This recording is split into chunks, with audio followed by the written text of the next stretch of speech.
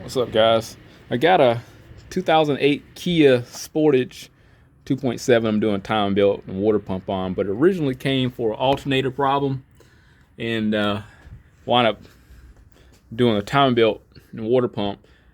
Reasons being, when I pull it in to do the alternator, I heard a slapping noise, and slapping noise usually is going to indicate that it is possibly a belt that's worn out. And lo and behold, it was. And I wanted to say I had this happen before with the Kia, and I'm not gonna say I convinced them, because I did give them the option to not do this or perform this service. But what had happened with the Kia years ago, I had worked on AAA, did a timing belt and water pump, and something happened within the year. Not within a year. It was a short time span after they did the time belt water pump. Car wound up overheating and damaging the motor. I remember that lady because she's the only person I've ever worked on who got a limited lifetime warranty on the engine. Like, come on, man. That's fine. She paid for it. She got it. She still got a warranty as long as she got the car. Now, nothing special about this, but what can happen, you can see I can move this water pump with my hand here, my fingers, and I'm not really giving it a lot of force. And the car shut down like this. When I shut the car off, this is the resting spot that it had. And so when you would drive this car, you have this water pump impeller has to turn that fluid, and it's competing against the blockage, which is the thermostat in the system. And so you get a little bit of resistance, heat expansion, and many other things that causes a little bit of force. So this water pump can become inefficient, and it'll cause the car to overheat and ultimately damage the motor. This is the case where I got them to prevent that from happening. But if she would have kept on driving this, I mean, that's the ultimate would have happened. It would have overheated and broke. So I got a new time belt component set. I got an import direct from O'Reilly's. Y'all know I frequently patronize that establishment. Oh shoot. And this is the part number. This is the parts. So we got a new water pump. Has a new gasket also. New tensioner, new idler, tensioner pulley. So it comes with the tensioner, hydraulic tensioner. Here, got the gasket down at the bottom, and a tensioner and an idler pulley, and a time belt. This is a Gates brand timing belt that it came with. I love Gates. I'm a big fan of that. So, not saying they're great, but as far as timing belts go, they do a damn good job. All right, you're gonna watch me put this time belt on here. We're gonna get all this cleaned up. I'm gonna remove this bracket, mount bracket.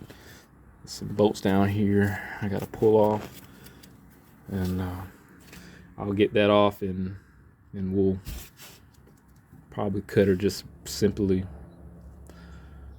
roll the time belt off or slide it off, because trust me, it's not on tight. We'll see how well this angle works out. It's pretty close, but I don't know how detailed it's going to be. In fact, I'm going to change this light. Maybe, yeah. Just the light's going to be in the way. I think it's supposed to be in the back. Yeah, that's a lot better. I think that's what I call it, backlighting. I need to get the timing marks lined up. There's a mark here, and there's another one on the other side over here. Let me get those lined up. I'm gonna enhance I shouldn't have to enhance my marks. There are already dots on there. I'm just gonna get the crank turned over, and we should be lined up with our marks. Once I get them here, the bottom should also be lined up.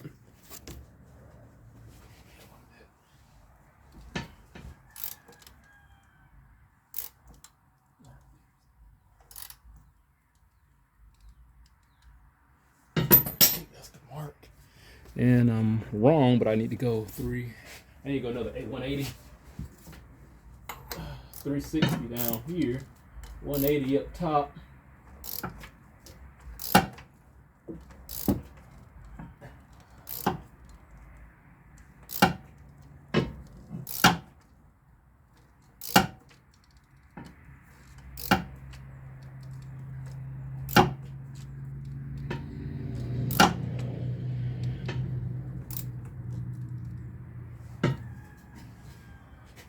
Should be, yep, we are lined up really good. I'm tell you what, man, she is lucky this thing didn't jump timing. Where we at? All right, should be able to roll this off. I got room down at the crank.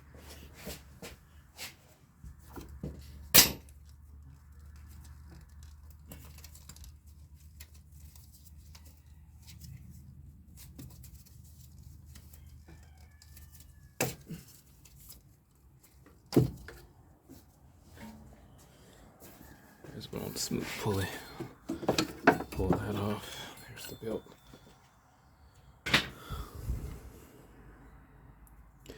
Marks are just a little off.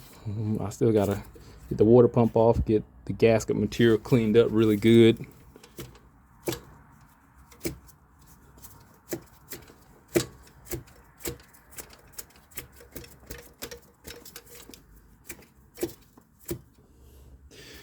And I gotta make a mess to drain that coolant from the block.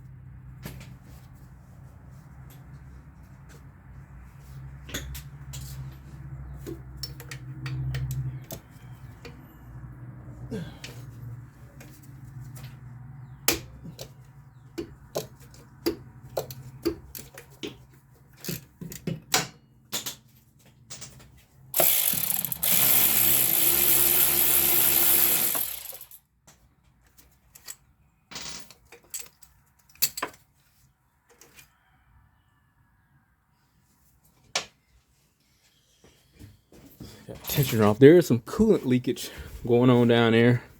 You can see the residue and smell a little bit. There's a little bit on the bottom, a little crusty stuff. Here's the tensioner that's getting replaced. The pulley is, and here's the actual tensioner itself. It's not leaking or anything. It's just a worn belt. This is getting replaced. So we're replacing the actual tensioner I just had and replacing the tensioner pulley. There's the water pump. I might have to get a visual down here and see where that residue was coming from.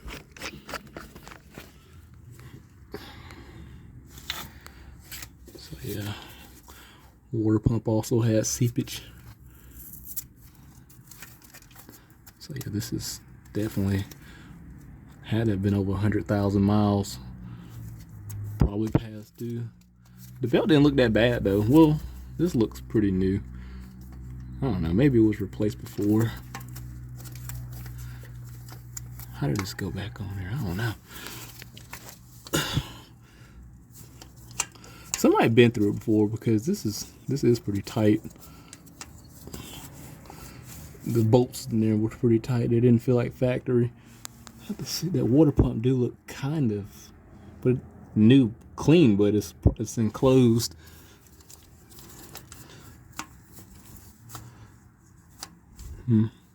I think this was installed backwards. No, probably wasn't. But it's supposed to have, if it rotates, something is supposed to be able to latch onto it and twist it, if I recall. Correct me if I'm wrong. I can feel a hole in the back where it needs to be oriented, unless I turned it out and it fell out the dial. So we'll see.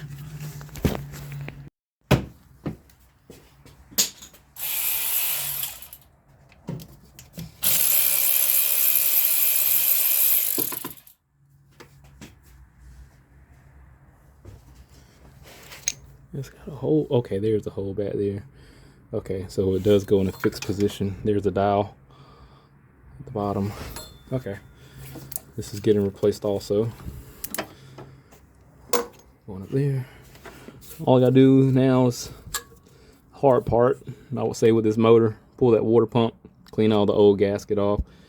If I get lucky, and I mean real lucky, it's gonna be stuck to the water pump, which I highly doubt. Those are like 12mm bolts. Yes.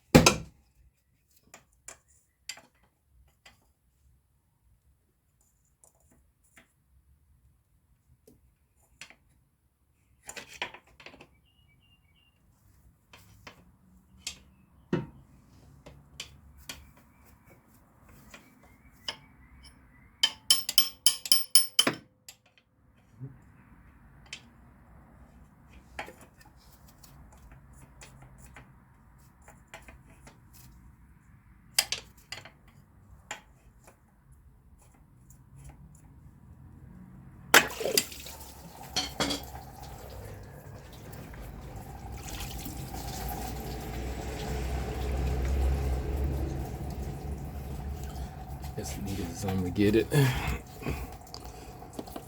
Take off the radiator cap. Yeah. Alright, it's going on a little faster. So let the radiator cap rest on the neck. That's pretty good. Usually make a mess. Alright, I'm gonna let this drain. I'm gonna show you the finished product. You know what? I think it'd be wiser. I did say I was gonna show the brand of the water pump, but I still could show that at the very end.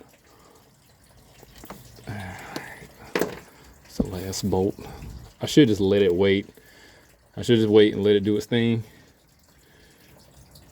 And just slowly come out, but I'm very impatient.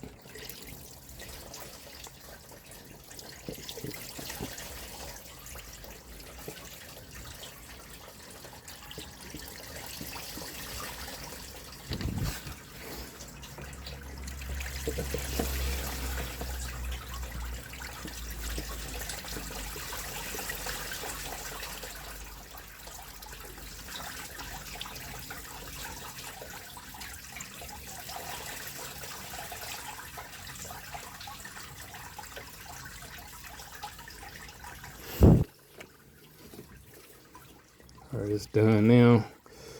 Let's see what we got. Oh, I gotta take that one bolt out. I didn't realize so many bolts in there. I wasn't paying attention. Okay. Here we go. Here we go. Ugh, I got a lot of gasket I gotta deal with.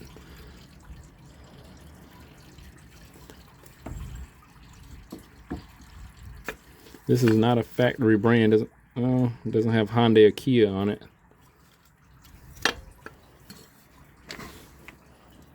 5891. I don't know what the part number that is.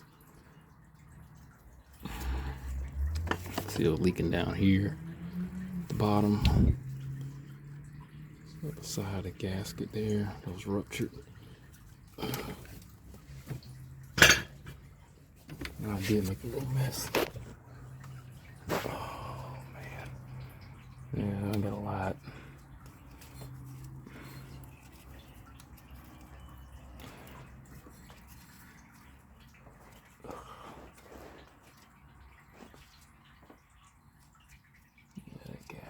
Yes. I got a lot I gotta clean up. All right. I got the time belt and all the components back on. It looks nice and pretty now. The only thing I had to pull back off was the idler. I'm sorry, the tensioner pulley. Here's the thing. I think what happened, the tensioner arm itself seized up. And look at the rest inside of there, because when I went to tighten this up, it didn't move freely. And it's supposed to have like a little bit of, now I had knocked this out with the air hammer and got it out this far. This is supposed to, this bearing, or what do you want to call it, supposed to go in there and move smoothly. I can't even push it in. And then, like I say, there's rust in there. So probably what happened, if this water pump was leaking, condensation probably got up in there and caused it to seize up, and that's probably what caused the belt to become loose. Maybe the vehicle sat for years, for a while before it was driven. Condensation got in there, caused this tensioner to seize up, and I guess over time the tensioner the belt would cause the tensioner to go back, and it got stuck that way. So it might have not been bad, but all this stuff got replaced anyway, and I'm gonna get this knocked out and get a brush in here, get that rust out, put a wire wheel to this bearing, and see if I can get this collar, sleeve, whatever you want to call it, back in the housing of this tensioner, and see if it'll move freely, because it was stuck. I tightened the bolt up and it just was fixed. So when I put everything back, it would have been a disaster. So luckily I checked. So let me get this knocked out.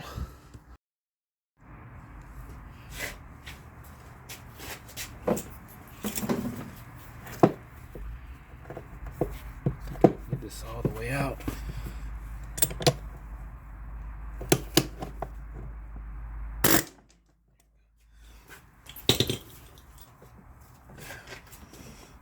So there's the rust. So this should go back in there. Hopefully I can get it clearanced once I get this rust knocked out. There's a cavity in there and it's just rusted all out. So I'm gonna put a wire wheel on the, I might have to pick it out too, and pick what I can out and then put a wire wheel into it. So at the moment, let's put a wire wheel on it.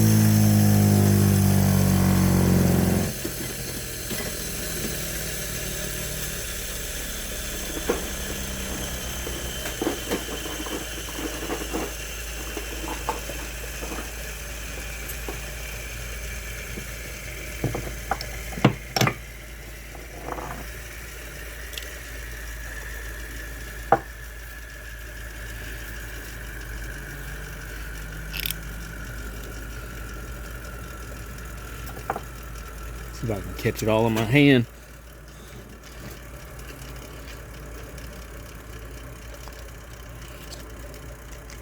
Usually I'm not that observant, but I'm glad I wound up catching this, because this car would have been back several months later with probably the same complaint. And so that's some of the rust right there. Some of it. Definitely gonna hit it with some brake cleaner and air before I hit it with the wire wheel. Yeah, I got that trench dug out.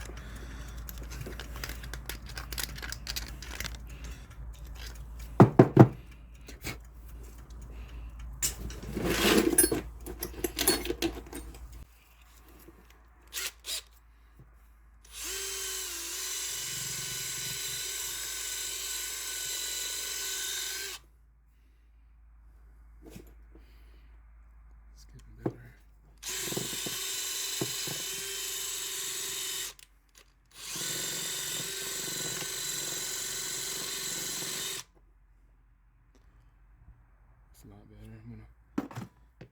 I'm gonna hit it with some air.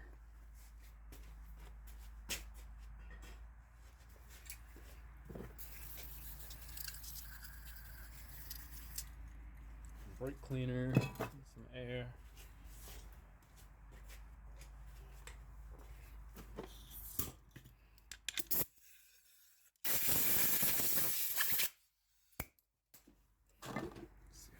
fits in here now. I think it went. So it's set like that.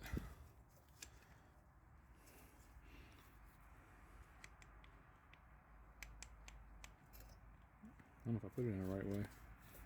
Oh, there you go. Somewhat. Once I put some, it's way better than what it was. I could put some grease in it, some I said some WD-40. It's probably because it's got a little bit of rust. Once I put a little bit of, I got oil. I got a lot of different grease. What's the other one I got? I do have some film. Fluid film. What the hell I did with my fluid film? This is just free all at the moment. It's way better.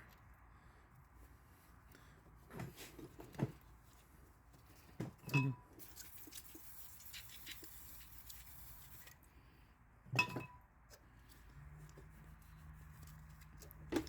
cleaning it off a lot better. I just want to see if how well it will work with a little bit of oil. I got a lot of different type of lubes I could use.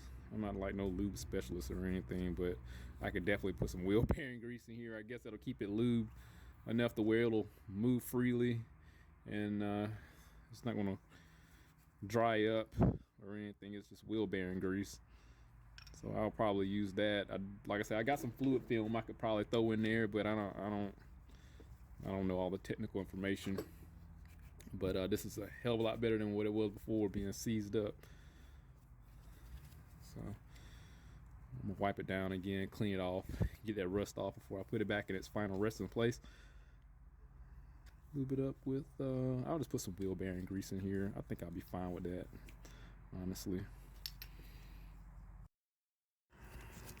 So I got it installed back and it moves freely like it's supposed to. The bolt is tight, so we're in good shape. So once I get this tensioner in here, it should go back like it's supposed to. So it likely just had a combination of a couple different issues. You know, not just the water pump was leaking a little bit, but everything probably was perfectly fine. I could have just replaced the tensioner, but obviously, again, the water pump was leaking. So all this needed to be replaced. So let me get this tensioner here, pull the grenade pin. What did I do with it? I got the bolts there. Get this tensioner in here, pull the grenade pin, and we'll be in excellent shape. Yeah, looks pretty.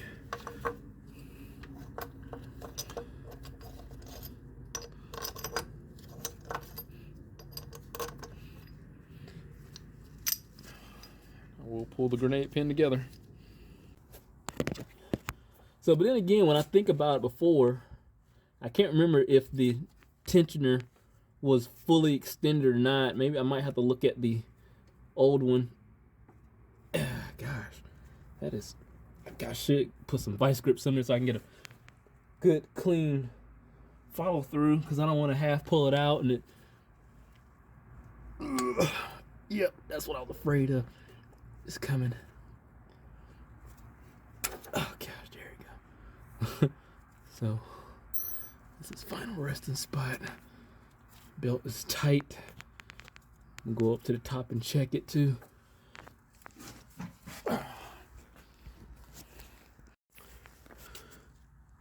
Everything is tight. And there's very little deflection.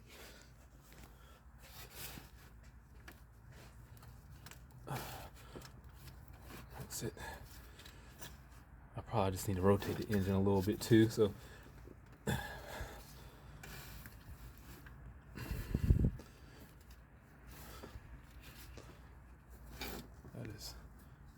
that's a lot better.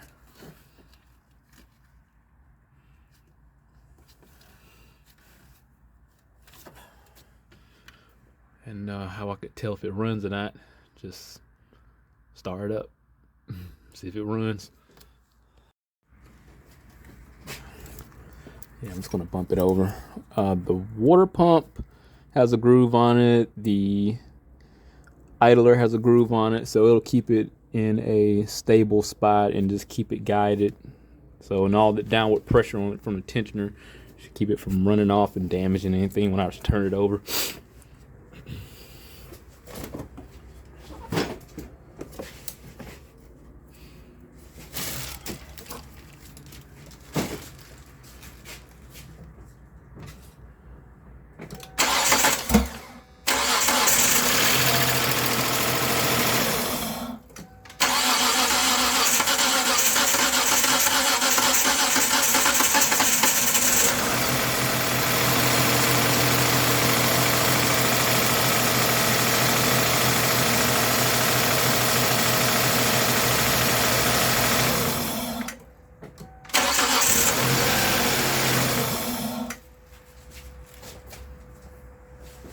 So that sound of low compression that you heard, that was from just because it was a short start and shut down, get flooded. You have like a cold start.